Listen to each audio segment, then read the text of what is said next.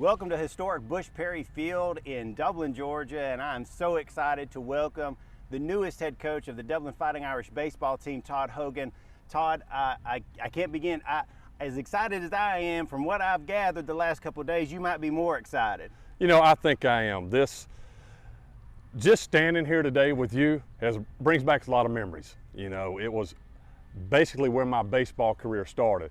And to be standing back on this field, realizing the future that this program hopefully will have, I'm excited about it. I know myself and the community, the feedback we've got from this is just been outpouring in a positive way.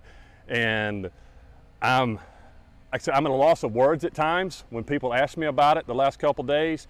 So, you know, just the bottom line from everybody involved in all this, I want to thank everyone, and it's time to get started. Well, obviously you've gotten started because I've been seeing you out here on the field the last couple of days doing a little groundskeeping, because people don't understand whenever you're doing any kind of work as a coach, this is different than the major leagues, and we'll talk about the major leagues in just a minute, but tell me about your time at this field. Obviously the configuration has not changed much. Right. It's a little bit fancier than you might remember from your time, but talk for a second about the memories that you made as part of the Fighting Irish baseball team as a player. You know, I was talking with Coach Holmes yesterday, and we were talking about some stuff. And as far as on my side as a player, I can remember one game when Coach Bill was here, and I think it may have been for region championship or whatever. I was on the mound pitching, and my arm was dead. I mean, I don't even think I could have struck out my 5-year-old daughter. I mean, I was just so tired. And we had a play that we had worked on always getting ready for games. We had a guy on second and third. You'd pitch from the windup, and we'd drop our head and count 1,001, 1,002. The shortstop would break in, and we'd pick a guy with second base. So we had 2 outs. I think we were up by 1 run, and we needed an out. And I'm like, I just don't think I can get the guy out pitching-wise. So sure enough, Coach Bill calls that play, and come set, step off, we turn around and pick a guy off at second base and end up winning the game. Wow. for us to move on to the next level of the playoffs. And that's kind of just a memory that always sticks out to me as a player on the field. You know, and then there are also bad times. I can remember bad times in the playoffs where, you know, I'm sitting there as a freshman at third base, and you know, you learn from your mistakes. I was called Gold Glove at third base because I couldn't catch anything over there against Columbus. And the funny story about that is they ended up beating us, and they won a state championship. It was Coach Howard. They had a good program, and I kind of killed us over there because I didn't make the plays I needed to. But the funny side of that was when I got to Middle Georgia, a guy that was on that team was my teammate at Middle Georgia. Wow. And he remembers that story. He goes, "That's right, we were calling you Gold Glove at third base, and I couldn't catch anything." So, you know, there was ups, there was downs, but man, just this program in general, what has meant to me and the green and gold, being a part of it, dude. Like I tell everybody, this makes a family. This is the memories you'll have for the rest of your life when you're sitting on the front porch telling your grandkids or your kids one day the goods and the bads. Now I want to start us a legacy where these kids will be able to do the same thing that we're going to get into this program and send them out as young men. Well, I love hearing that, because obviously, you know, the goal and aim of athletics, in my opinion, is not just to have that hand-eye coordination or foot-eye coordination. It's trying to teach those life lessons that can't be learned in the classroom. You know, as somebody who participated in high school athletics, I can tell you there were so many life lessons that were integral in my development as a person, and to be able to inspire those. And I think what makes baseball unique is that it's both an individual and a team sport. You know, there are elements of it where you're all on your own island. You know, if you're on that pitching mound, you're on an island. But at the same time, you've got a collective group of guys that if you make a mistake, right, they're there to help you with that mistake. Because, you know, the goal of that pitcher is to get everybody out. Exactly. But that rarely happens. So talk about after you finished high school. Obviously, you went to Middle Georgia. Where did baseball take you from there? Well, after, of course, Dublin High School, I was really wanting to play football, to be honest with you. And when everything come up through the football season of '93, I had signed a scholarship to go play football at Appalachian State. I was going to play football and baseball. Well, 6'2", 170, 75 pounds, you go and visit this college campus and you see these monsters walking around on the football field. Yes. I go, wow, is this 6'2", 175-pound guy going to be able to compete with these guys? About a month later, I decided that I thought my better path would be baseball. I had known Coach Robert Sapp forever at Middle Georgia. Hasn't everybody? Everybody has in the state, of course. Well, I had worked his baseball camps from when I was in high school all the way up to my senior year. Well, it just so happened when I decided I was going to play baseball, I called Coach Sapp, and he said, "You want to come here?" I go, "Yes, sir." So that's kind of the way that worked out with me going to Middle Georgia. So I got to Middle Georgia in the fall of '94, and we had a really good team. Back then, with the draft, you had a lot of players. They had this thing called a draft and follow. Right. So you could get drafted your freshman year and sign. If not, whoever drafted you had the rights to you that whole next year, and you could sign before the draft to go through the draft. So in '94, when I got there, we played the spring of '95. You know, we won a national championship, one of the best times of my life on the baseball field. And then, that was back then. We don't have all these electronics and cell phones now. Well, after we won a national championship, my sister was at home, and she calls me, and she plays a message on the big box that you used to have in there, which was an answer machine. And she said, "Hey, listen to this." And I'd gotten drafted by the St. Louis Cardinals. Wow. And that was kind of the goal.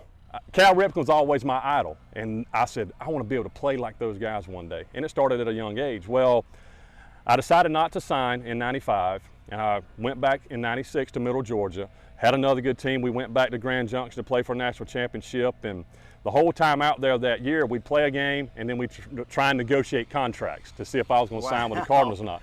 So my head was more on the next level of my game, if that were going to happen, to really worrying about what was happening present day right then. Well, we ended up getting second or third that year, and it was really disappointing. I thought we had a good team. Well, that ended up, I came back home, and I met a guy that changed my life, Roger Smith. He's from Eastman, Georgia. He was a scout at the time, and he's still retired as a scout from St. Louis Cardinals. I met him at I think it was a huddle house in Eastman, Georgia, about 11:55 at night, and we ended up signing before the 12 o'clock deadline. So that kind of sprung me right into professional baseball, and then in like 2 days, I was going down to Florida to start my professional career. Wow. So, you know, it was a whirlwind kind of tour on that side of it, and you know, I'm thankful for the Cardinals and what they did for me to give me that opportunity. It's kind of molded me to where I'm at today. And there's a lot of other things that we can get into across the road, but that's kind of how I went from high school to college into my first year of pro ball. And I think the important thing is that, you know, I love showing kids a variety of pathways to be able to be close to the things they love. That doesn't necessarily mean stepping across the line onto that field. You know, you've shown through your life, you've made a career out of not being actually on the field, but helping people to get onto the field. And I think it's kind of serendipitous that here you are back at your alma mater getting the opportunity to help these kids get across that line and hopefully get across the line to the next level. Yes.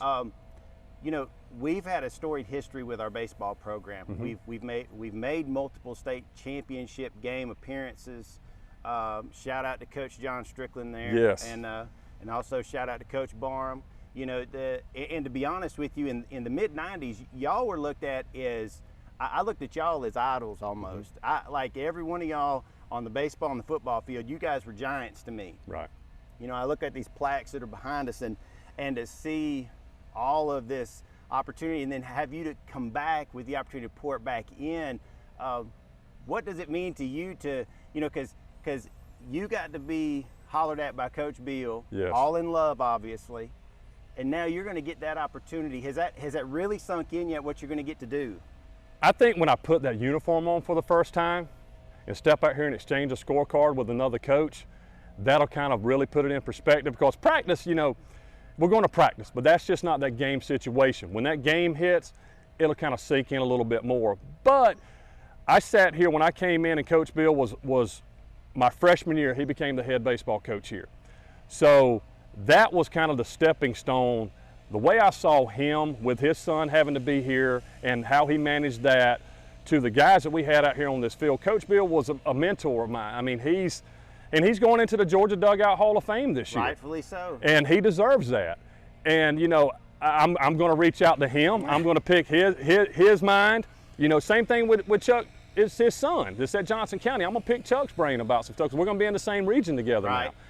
And when it sets in and we get down and that first pitch is made, I'm going to be home, like I keep saying. And I'm going to keep reiterating the whole time, I'm home.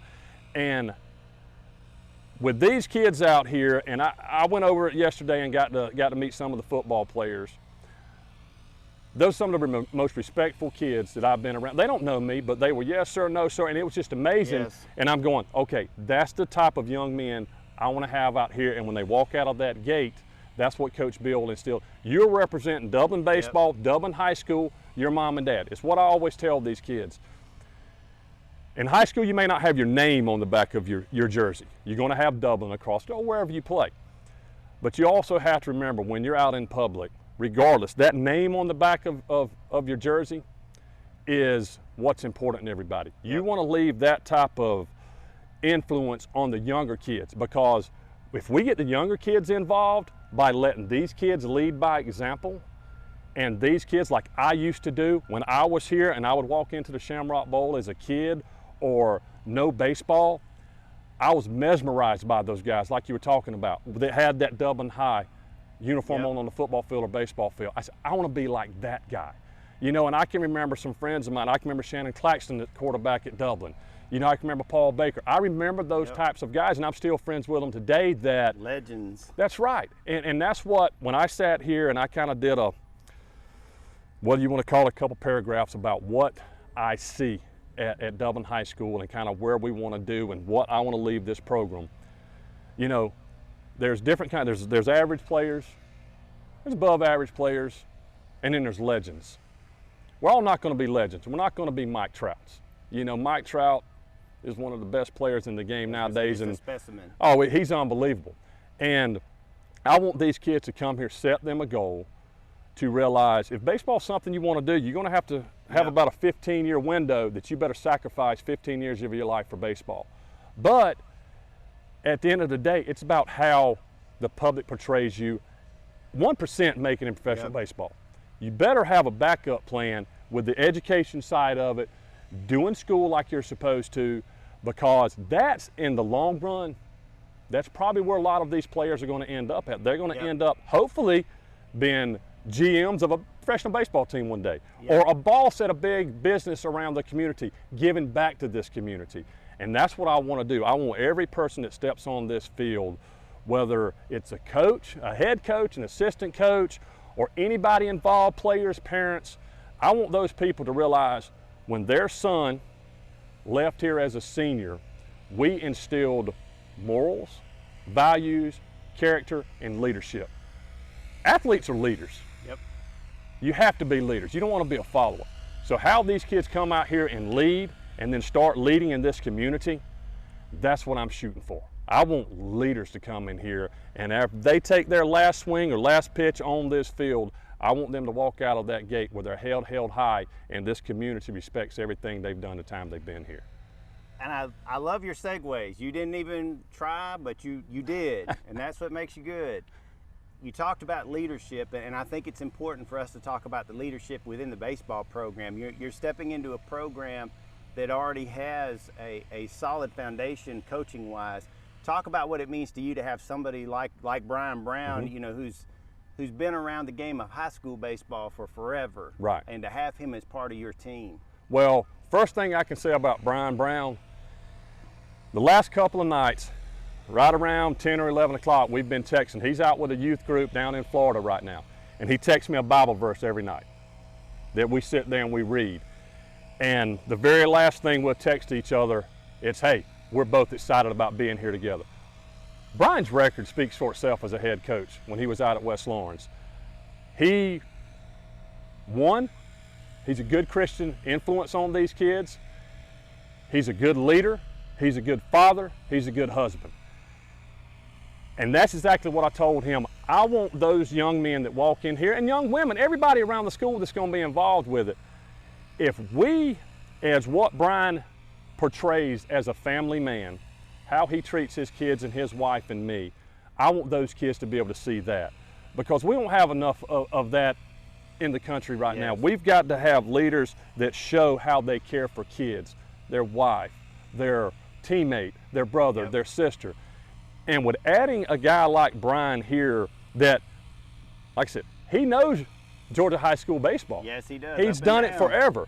And he's a blessing to me to stay on with me on my staff. And it's like I told him, I get fast talking at times. I'll say, I want that. No, I want to say we want this as a group, because who all's involved, we're doing this all together. It's not just my show by no means. Yes, okay, I've got a title that said baseball coach, but we're doing this together. And everything Brian and I have talked about as far as what our vision is for this program, and having a man like Brian sitting in that dugout with me influencing these young kids is going to be invaluable to them. Oh, yes. And, you know, I want to thank Brian for being able to stay here with me through this thing. His family, we're going to support them 100%. He's got the backing of everybody here. And, you know, with a guy like Brian, like I said on his record, it's just exciting. It's exciting to have him here. And, I mean, I could sit here and talk for 30 minutes about Brian Brown and what he's done. I mean, when he had Dustin Fowler. Yes. You know, you have a guy that made it to the big leagues with the Yankee and had a freak accident his very first time out. Yeah, had he not. And, you know, injuries are part of the game. It's happened to all of us, but Brian, you know, worked that kid. And when I was scouting with the Angels, you know, Brian was that guy that you had to have contact with, get all the information out to the scouts and the colleges, and Brian did a good job with that. So he knows the ins and outs of this whole game. And, you know, like I said, I got to keep, I know we don't want to sit here and be here all day, but I could not say anything but Brian Brown is one of the best family guy, like I keep reiterating, and someone I can call a friend that we want associated with Dublin High School baseball. And I agree wholeheartedly. I'm proud to have him as a neighbor. I see him every once in a while riding through the neighborhood. And, you know, to me, what I love more than anything that I keep seeing, we've seen it with our basketball program, you know, with Ben Smith coming back home to coach the boys. And, you know, he was able to get one of his friends who's made state championship runs in Florida, Evan Jefferson, at the basketball. When I was coming up, and I tell people this all the time, and you're probably exactly the same way, Dublin was known for excellence at anything that we did. If it was quiz bowl, if it was literary, if it was one-act play, exactly. Didn't matter what it was. The goal was to be the best. And it wasn't to be better than somebody else, it was to be your best, which was hopefully the best. Exactly. And so to me, what I love hearing from you and hearing from Ben and all of these people that we have as part of our family right now is the fact that that seems to be the focus that we're having now as an entire school system. And I have to, he's going to get mad at me, but I got to give kudos to Dr. Fred Williams for this. No question. You know, it takes a lot of vision, and it takes a lot of sacrifice, and it takes a lot of working to try to make all of these puzzle pieces come together. And hopefully it's for the ultimate goal of giving these students an opportunity for high achievement and success. You know, whether people realize it or not, what happens on this baseball field could have a direct impact or an indirect impact on their success outside the field. There's no question. And I tell people all the time, my time participating in high school athletics here did so much to prepare me for out there. And now that I'm able to come back in, I'm like you, I get excited. I'm stoked. I'm ready. Let's do this.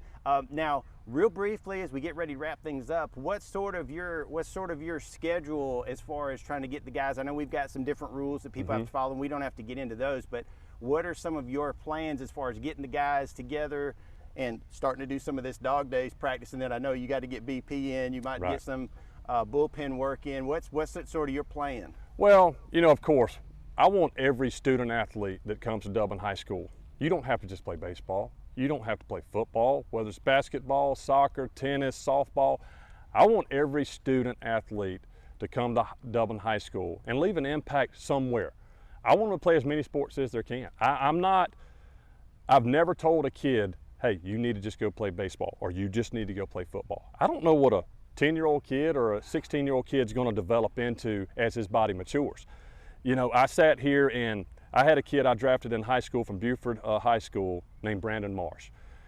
His sophomore year in high school, he was at Buford. You know how Buford is. Buford's pretty much a powerhouse in all sports. Well, he was about 5'10" in, I think, his sophomore year in high school. When he graduated, he was 6'4", about 215. Wow. And he's an absolute beast in the game. That's he's going to, you know, if he can stay healthy, he's going to be a big name we see on TV one day. Hopefully it's with the Angels and what we've done, but you never know. There's 29 other clubs out there.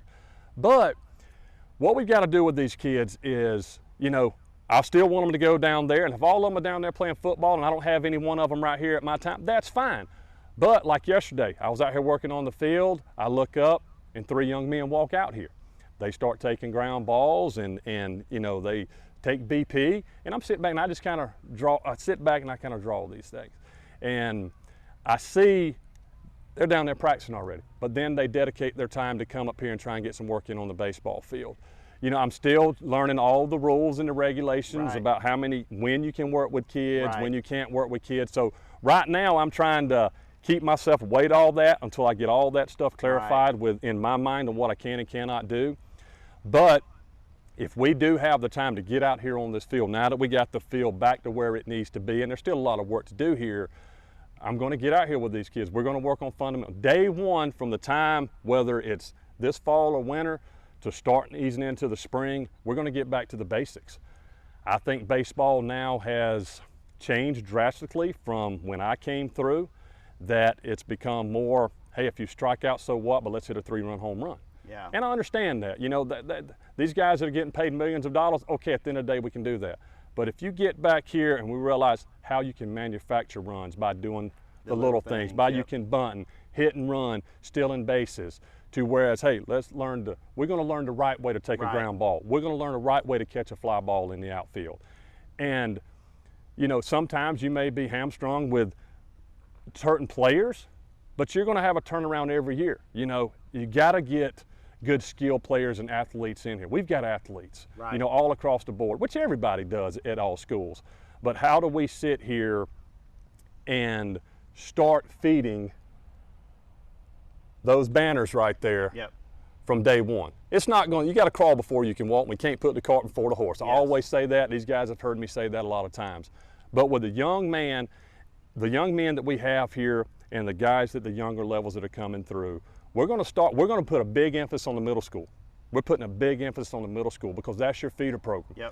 And depending upon our numbers this year and things like that, I'm going to try and have a lot of them young kids out here with us to see how we do it.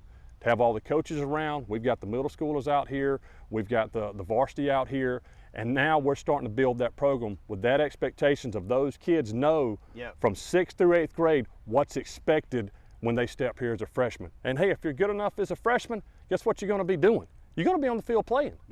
You know, it's going. I don't care if there's 9 freshmen on the field. You know, I was fortunate enough that Coach Bill, as I played as a freshman. You know, it didn't start off there right. You know, I was still on the team, but I played a little JV. And right now, we don't have a JV or 9th grade. You know, we had 9th grade JV. Oh yes, I remember. And varsity when I was here at Dublin. So that's my goals. You know, my goal is to start that feeder program, the same thing as that football program does. We've got to start kids young, getting them involved in as many sports as we can because, and I want to thank real quick Dr. Williams, Dr. Stuckey, Roger Holmes, everybody involved for giving me this opportunity. And the vision that those guys are putting out there of what we want this program to be, we want it to be like it was back in the 90s when I was here, and then throughout the whole time Dublin High School has been here. We want to do it the Dublin way. And we want we want all sports. We want to win that all region sports trophy.